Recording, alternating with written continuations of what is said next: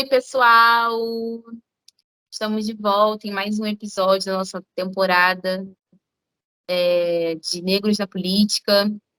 Hoje a gente vai conversar com uma importante, brilhante mulher negra, Wanda Maria de Souza Ferreira, pedagoga, professora, uma mulher ativa politicamente durante toda a sua vida, desde pequena, que tem muito a nos ensinar. A gente sempre ressalta aqui no podcast a importância da ancestralidade, de valorizar as pessoas que abriram os caminhos para a gente, né, que veio antes da gente, né? Então, a bênção também, a Wanda Maria. E hoje, quem vai estar mediando essa conversa sou eu, a Djamila, o VT. Fala aí, pessoal. Bom estar de volta. E a Juliana. Oi, gente, que bom estar de volta com vocês.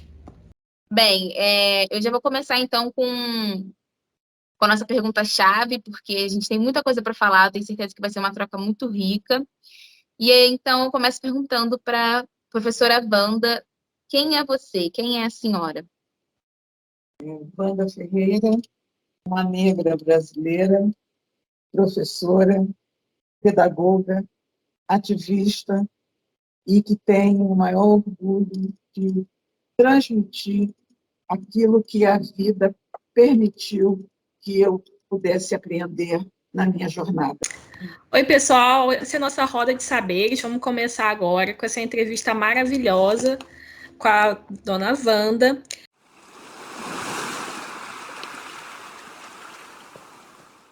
Eu queria que a senhora falasse um pouco para a gente o que a senhora entende como política. Eu queria que a senhora começasse a falar um pouco sobre a política, sobre a importância do negro estar na política e explicasse um pouco para a gente a relação entre o movimento negro e a política no Brasil. Política é o ato de se fazer presente, se questionar sobre o estado em que você se encontra. O movimento negro é, desde a sua existência, um ato político, 24 horas.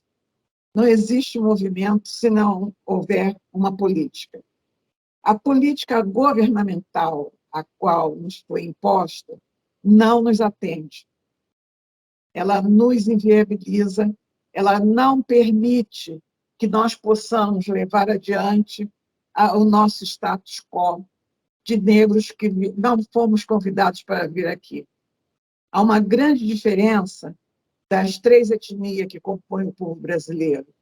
O indígena, que é o dono da terra, é o dono da casa, não é respeitado. Os negros, que não foram convidados, foram trazidos. E os outros que vieram de livre, espontânea vontade.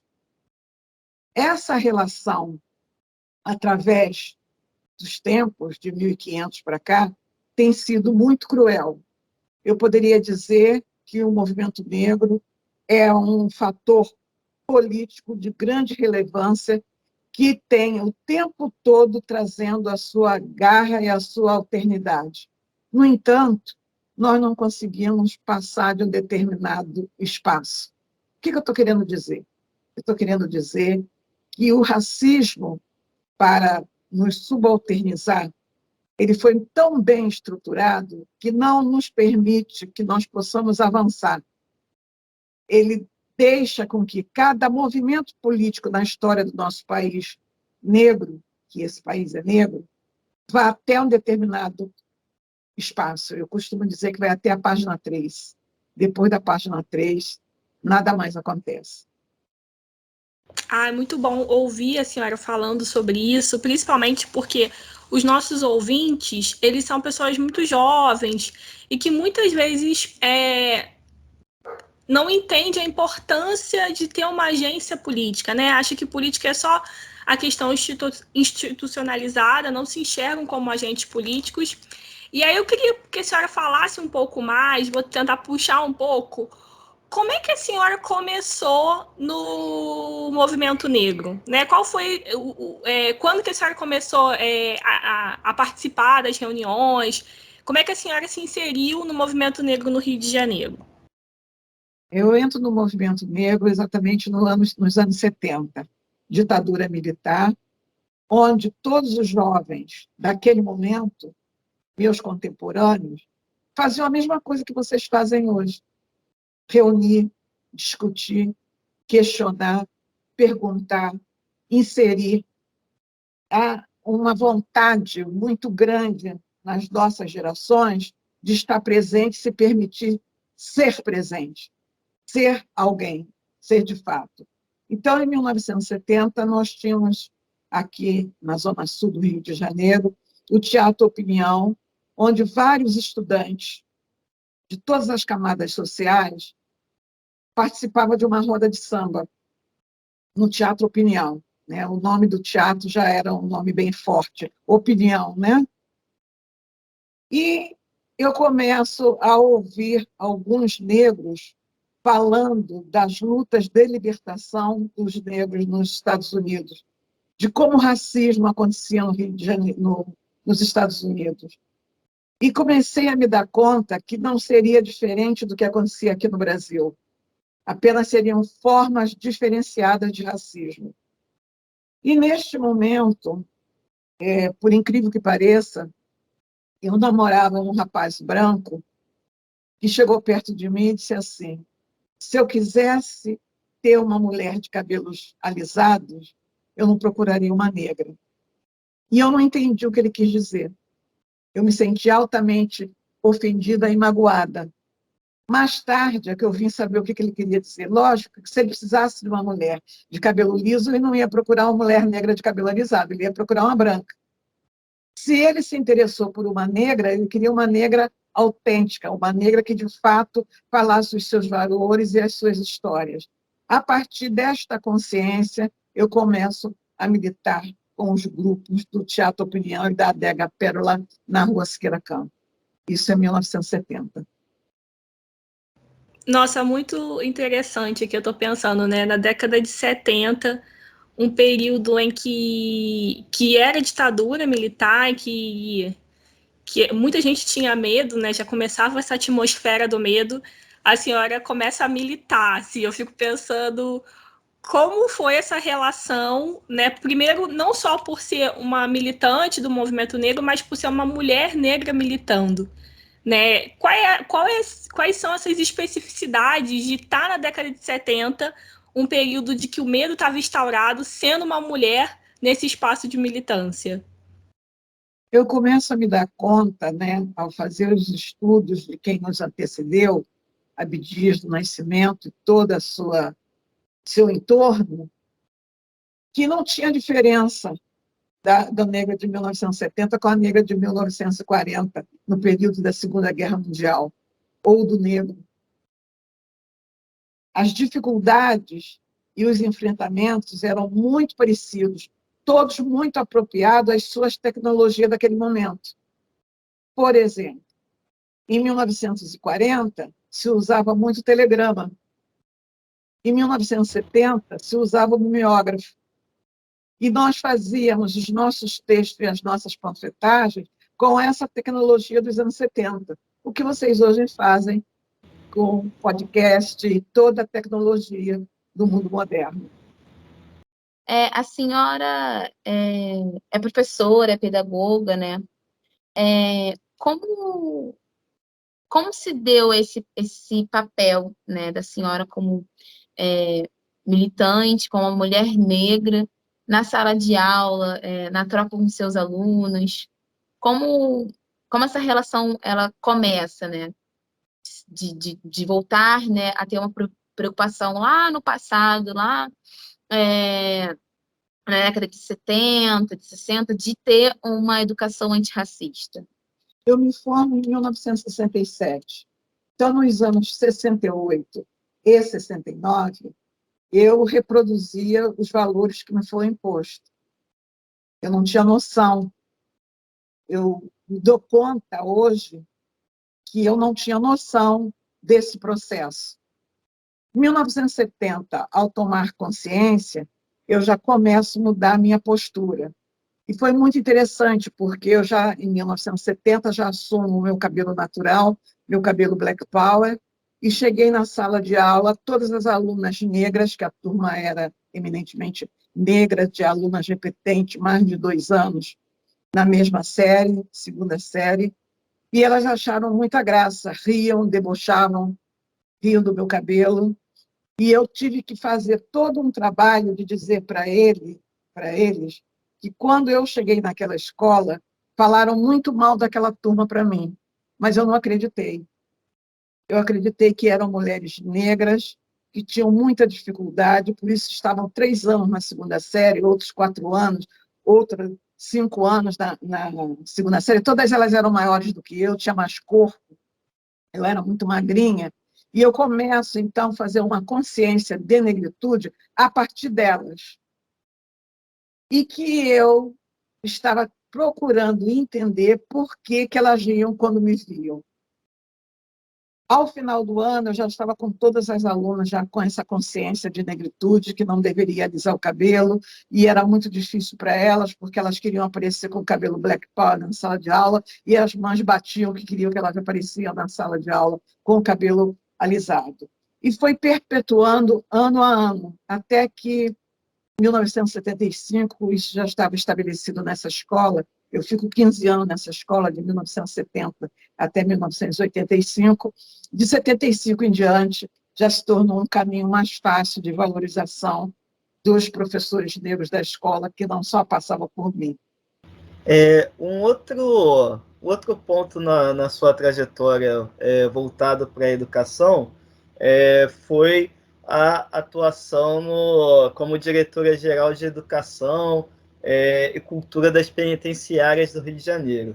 E o problema do encarceramento em massa, para nós, população negra, tem sido um problema dos mais relevantes nos últimos tempos. Como é que foi para a senhora atuar enquanto diretora nesse problema que é tão grave na nossa sociedade, que é o sistema prisional? Como é que foi esse processo de trabalhar com os detentos, né? Realmente foi assim uma constatação. Na minha militância de 70 até 87, quando eu vou para o sistema penitenciário, eu sempre lia e usava no meu discurso, ouvia o discurso de companheiros, que a maioria da massa carcerária era negra. Mas eu nunca tinha entrado no presídio. Então, ao receber este convite de dirigir a Divisão de Educação e Cultura do sistema penitenciário, naquele momento, eu era responsável pela educação de 8.000, 9.000 internos, né? E eu tive que ter o cuidado de observar como abordar essa situação, dessa identificação. Foi muito difícil para mim. Eu começo visitando as unidades prisionais, chego na primeira unidade prisional e vejo aquela imensidão de negros, todos enfileirados, esperando aquela autoridade como se fosse uma papisa, e eles começam a me reconhecer. Eu ouvia um interno dizer assim: eu já vi a senhora no Aguibara Dudu, eu já vi a Aguibara Dudu, era um bloco afro daquele momento, e existe até hoje em Madureira. A senhora é do IPCN, Instituto de Pesquisa das Culturas Negras. Eu digo, opa, eu já tenho uma identidade. Os meus pares estão me identificando. Diferentemente do que ocorreu na escola pública, quando eu chego com o meu cabelo Black Power, quando eu chego já na massa carcerária, onde eles estão na faixa de idade dos 18 aos 25 anos, eles me identificavam. Havia uma identificação. E, ao entrar na segunda unidade prisional, eu deparo com um preso que me fez o convite de criar uma entidade de movimento negro dentro do sistema penitenciário. E eu disse para ele que eu só poderia criar essa instituição com ele se eu tivesse que colocar no meu projeto político-pedagógico a criação dessa instituição. que dentro do sistema penitenciário eu teria que ser a autora. Fiz um acordo de cavalheiro com ele.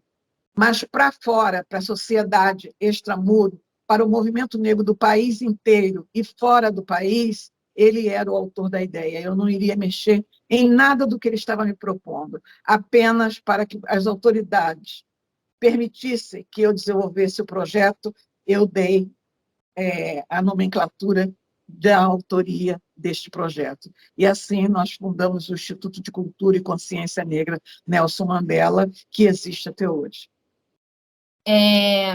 A senhora fala, né, até a nossa próxima pergunta, foi bom ter tido uma introduçãozinha, mas eu queria que a senhora falasse mais para a gente sobre como foi a criação, né, desse instituto, o objetivo desse instituto, como foi essa troca da senhora com o brasileiro, até mesmo dentro dos presídios.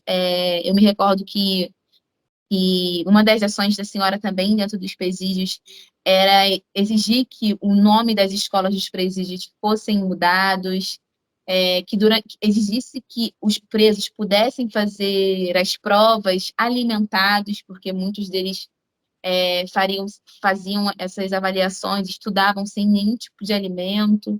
Então, como foi todo esse processo dessa construção, tanto dessa luta na educação desse sistema carcerário, juntamente com Nelson Mandela, o Instituto Nelson Mandela? A primeira observação é que eu também não sabia que as escolas, existiam 6 escolas dentro do presídio que eram escolas estaduais, que havia um convênio da Secretaria de Educação com a Secretaria de Justiça. E essas 6 escolas, que eram celas, que eram reaproveitadas para ser sala de aula, tinha toda essa forma humilhante do que a gente possa chamar de um espaço de escola. E essas escolas tinham o nome do presídio. Então, por exemplo, Escola Milton Dias Moreira, era uma escola dentro do presídio Milton Dias Moreira. Eu fui pegando todo esse conhecimento e adequando ao ideário do brasileiro. Não, uma escola não tem que ter o nome de presídio, uma escola tem que ter patrono. Então, começamos a trabalhar junto com os professores e com a massa carcerária dessas 6 unidades, um nome para um patrono. E quem votava eram os alunos. Fizemos todo o processo de eleição, falando sobre várias personalidades, e essas escolas passaram, então, a ter nome de brasileiros importantes e que eles achavam que eram importantes, que tivesse esses nomes também, né? Tudo isso foi um processo lento, muito difícil, porque eu estava sendo identificada pelas autoridades do sistema penitenciário, que eu estava criando uma facção criminosa. Como é que uma professora consegue entrar em todas as facções e ser recebida por todas as facções e não ter nenhum problema? Então, a mentora intelectual de um novo segmento estava surgindo, há de se ter cuidado com esta mulher. Foi muito, muito, muito difícil. Eu acredito que, se eu ainda estou viva, e naquele momento eu fiquei viva, foram os nossos ancestrais que tomaram conta das nossas ações, minha e do José Carlos brasileiro. Muito bom ouvir a senhora falando.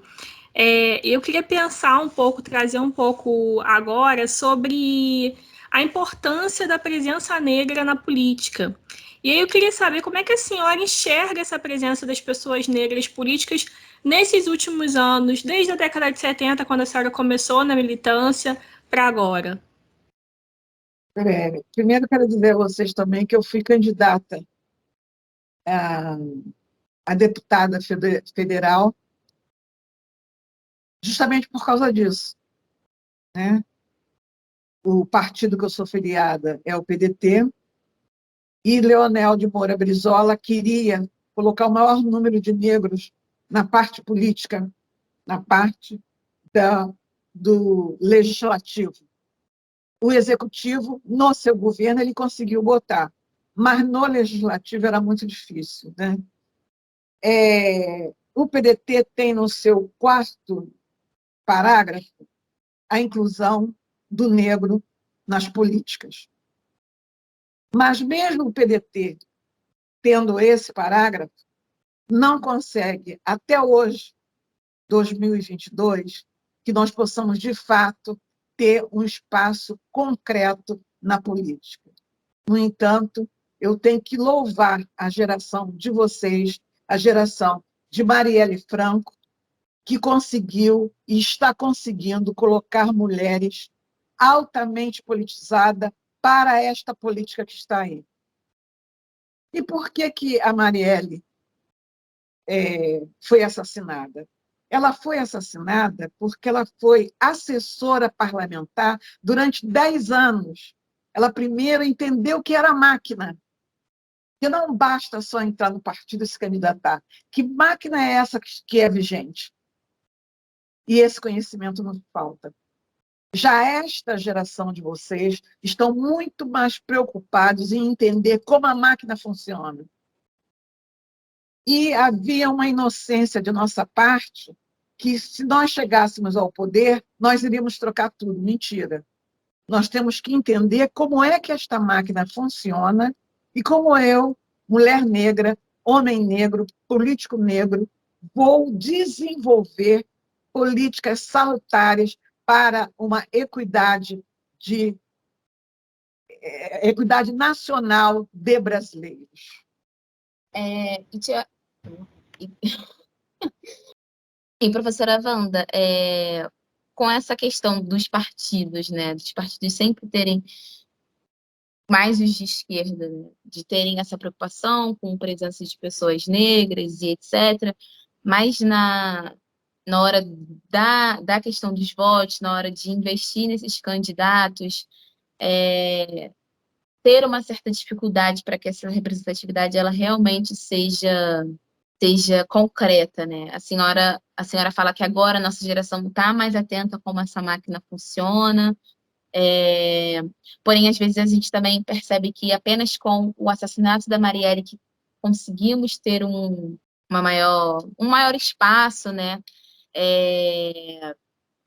Porém, assim, quando a gente vai vendo a trajetória, né? Desde de Jurema Batista, sendo a primeira vereadora, Lélia Gonzalez, que também se candidata,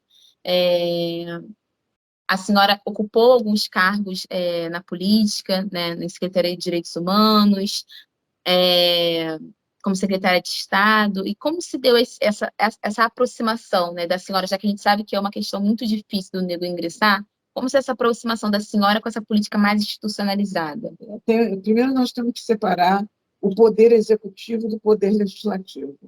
O poder executivo é muito mais fácil de você colocar, e independe de eleição, né? É o majoritário que vai escolher quem vai ocupar aquele cargo. Muitas das vezes, tem negros que são escolhidos para ocupar cargo no executivo, mas quem está indicando não está indicando porque ele é negro. Está indicando pelo valor profissional que ele tem dentro de X áreas. Não que ele vai trabalhar em prol da inclusão do negro. Então, já tem essa diferença no executivo. Então, não basta tão somente estar naquele cargo institucional no executivo. No legislativo, né, nós temos uma dificuldade muito grande porque os partidos não dão o mesmo apoio aos candidatos negros que dão para os candidatos brancos. Porque o racismo é institucional. Eu, branco, estou dentro de mim que o negro é menos, que ele é menor, que ele não vai muito além. Isso está no meu inconsciente, isso eu aprendo na escola, isso está na estrutura da sociedade, isso está na estrutura dos meios de comunicação, nos programas de comunicação. Então, quando eu fico muito feliz com o marco civilizatório da morte de Marielle Franco, quer dizer, não pela morte dela, mas o marco civilizatório que a morte dela traz para nós, que eu vou estudar, que eu vou saber por que ela chegou já com tantos projetos importantes. Ela não conseguiu colocar em plenário para ser votado todos os projetos importantes que ela tinha elaborado do período de 10 anos de assessoria parlamentar.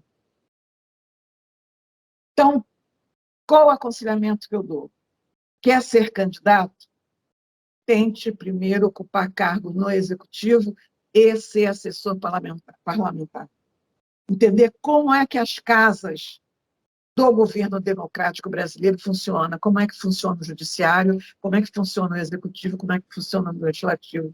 Sem ter o conhecimento destas normas, é só para inglês ver, mais um, só para inglês ver. Não há uma modificação, nem uma transformação da sociedade como um todo. Eu queria puxar um gancho que a senhora colocou também, sobre os limites que o movimento encontra, o movimento negro encontra, quando tenta ingressar na política institucional.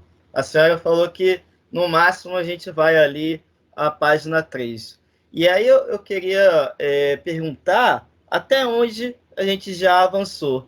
E aí, também tentar pensar com a senhora quais seriam os caminhos para que a gente pudesse avançar. Acho que você colocou alguns pontos aí, né? Como identificar como a máquina funciona, ser assessor, participar do executivo. Eu acho que a senhora já apontou alguns caminhos, né? Eu acho que avanço mesmo, é esse número, principalmente de candidatas mulheres conscientes que estão na cidade do Rio de Janeiro, no estado do Rio de Janeiro. Isso é um avanço. Eu diria que já começamos a ter a leitura dos primeiros parágrafos da página 4, que até então nós estávamos, de fato, só na página 3. E o que eu vejo mais do que isso? A preocupação que cada uma delas está tendo em formar quadros, né? A prestação de contas que elas já estão fazendo, as organizações, os fóruns, isso permite que a geração de vocês possa ter um olhar mais atento. No entanto, ainda atingimos um número muito pequeno. Esse percentual ainda não modifica o Estado. É o tempo todo nos acusando de mimimi, que eu não aguento mais esse mimimi, eu não quero mais ouvir esse mimimi, e, em nome do mimimi, não nos deixam avançar, como se esse Estado não tivesse nenhum compromisso, nem nenhuma responsabilidade com isso. E como foi? A senhora trabalhou muito próximo com o Brizola, a senhora falou aqui para a gente que a senhora é filiada ao PDT até agora, até atualmente. Então, como foi essa troca da senhora com o Brizola? Como vocês se conheceram? Como foi trabalhar junto com ele? Trabalhar em construção de uma educação antirracista, de ter um partido com mais presença de negros. Como foi essa interação da senhora com o Brizola? Eu não o conhecia, né? Para mim, ele era só aquela figura que ia para o palanque, e eu ficava na Cinelândia batendo palma, com a bandeira do PDT cobrindo o meu corpo, e de longe dando um adeuzinho, né? Só que chegou aos ouvidos dele o trabalho que eu desenvolvi no sistema penitenciário. E quando o Darcy Ribeiro, que era senador, Abdias, seu suplente, Darcy Ribeiro não quer mais continuar como senador, quer voltar para o Rio de Janeiro e cuidar dos CIEPs, o Abdias ascende para o Senado.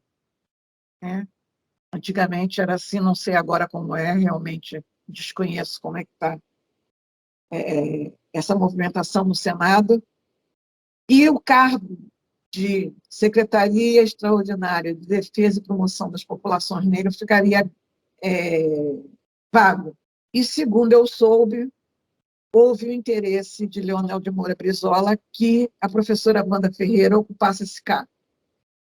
E quando ele me faz o convite, que eu fico bastante assustada, porque eu não sabia que eu estava sendo convidada para ir no Palácio para receber esse convite, eu falei, eu não me sentia em momento nenhum preparada nem pronta para perpassar por um caminho que eu não tinha a mínima ideia de como seria. E ele só me respondeu o seguinte: uma mulher que dirige 24 unidades prisionais no estado do Rio de Janeiro pode muito bem pensar em ser presidenta da República. Isso me deu uma sacudidela, que eu digo, eu não posso dizer não. Vou aceitar. E aceitei. Só que eu tinha o menor orçamento da Secretaria Extraordinária de Defesa e Promoção das Populações Negras, tinha o menor orçamento de todo o governo do Estado do Rio de Janeiro. No entanto, todas as pautas que eu apresentava, eu tinha um orçamento extra. E um dia eu perguntei para ele, governador, por que nós temos o menor salário e tudo que eu peço o senhor não nega? Assim, porque se lá atrás, quando o Abdias assumiu, eu desse o maior salário, qualquer erro que o Abdias tivesse, ia dizer que o negro não sabe administrar. Então, foi uma estratégia do meu governo dar o menor salário, mas não negar nada de nenhuma solicitação. Isso é estratégia política. Isso é comprometimento com a causa. Isso é, de fato, trazer para ocupar o espaço. Então, atitudes como essa, que inevitavelmente foram muitas, eu não consigo nem elencar, de tantas que foram de importância, fizeram com que esta secretaria, de fato, tivesse um status quo, mesmo sendo uma secretaria extraordinária. Ela não era uma secretaria igual a de educação, igual a de justiça. Ela era extraordinária. Extraordinária é aquela que meu governo acaba, vem outro governador e termina. Bom, a gente está encerrando. E aí, para terminar, eu queria que a senhora... Nosso público é formado principalmente por mulheres, os nossos ouvintes, e queria que a senhora deixasse uma mensagem para esse pessoal que vai começar agora, está tirando o título, né? Todo mundo que está regularizando seu título, que vai para a primeira votação. Esse ano eu acredito que vai ser um ano difícil, um ano de luta, um ano de batalha, principalmente para a população negra. E aí, para a gente começar, para a gente encerrar essa parte, que é a nossa roda de saberes, eu queria saber qual a mensagem a senhora tem para deixar para esse pessoal que está começando agora a entrar numa vida política, muito entre aspas, o que eu estou falando, institucionalizada. Não deixem de assistir o podcast de vocês. É de fundamental importância. Se eu não tenho tempo para ler, se eu não tenho tempo para estudar, pela dificuldade minha de minha vida, eu desejo a você, jovem negro, jovem negra, assistam todos os trabalhos que a negritude está apresentando. E o de vocês é um deles. Muito obrigada, foi muito bom entrevistar a senhora. Pessoal, essa foi a nossa roda de saberes e agora a gente vai para o nosso Pega Visão.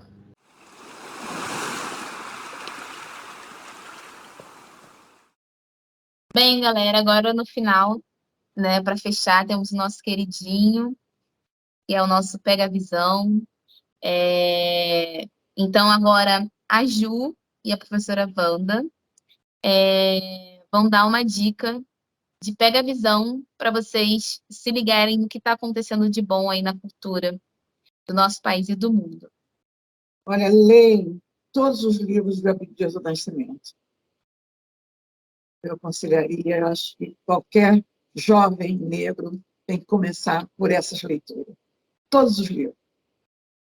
Procurem o IPA, procurem a professora Elisa Larkin e leiam os livros do Abdias do Nascimento. Djamila, você assistiu alguma coisa? Estou tentando lembrar aqui algo que eu assisti.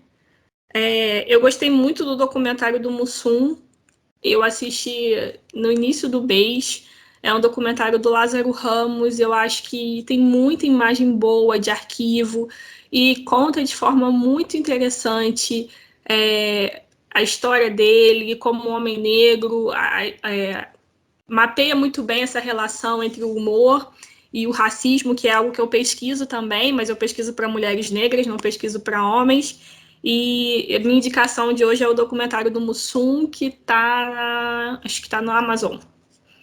Djamila não assistiu nada? Eu vou indicar um disco que eu gostei bastante, que eu consumi muito nos últimos tempos, que é Quantas Vezes Você Já Foi Amado, um disco do Bacchus do Blues. Foi muito bem construído. E eu acho que vale a pena a galera escutar, porque tá muito, muito bom. Então, minha indicação é o novo álbum, o novo EP do Baco. É isso, né, gente? Foi muito bom estar aqui hoje com vocês, nossos ouvintes. Voltando ao podcast, eu acho que esse tema foi um tema inspirador. E aí eu vou dar uns minutos para a Wanda e para a Djamila poderem se despedir. Então vamos começar com a nossa convidada. Suas palavras finais do episódio. Eu que agradeço a oportunidade. Quero pedir muitas desculpas a cada um de vocês, que eu estou com a minha saúde bem debilitada. Foi muito difícil eu chegar até aqui e eu só tenho a agradecer essa oportunidade. Bom, galera, esse aqui foi mais um episódio. É muito bom estar de volta, estar trocando com vocês, estar trazendo personalidades muito importantes, né, da história negra do nosso país. E nos vemos na próxima. Um beijo. Tchau, todo mundo. Que você tenha gostado do nosso programa. E não deixando de pedir para vocês nos seguirem nas redes sociais, nos seguirem no Spotify, que toda vez que tiver episódio novo, você vai receber lá a notificação. E atenção, gente, prestem atenção em quem vocês vão votar. Procurem assistir as propagandas, procurem fazer o melhor, porque nós precisamos de gente preta no poder, tá bom? Muito obrigada para todo mundo. Esse foi mais um do nosso episódio do podcast Atlântico Negro.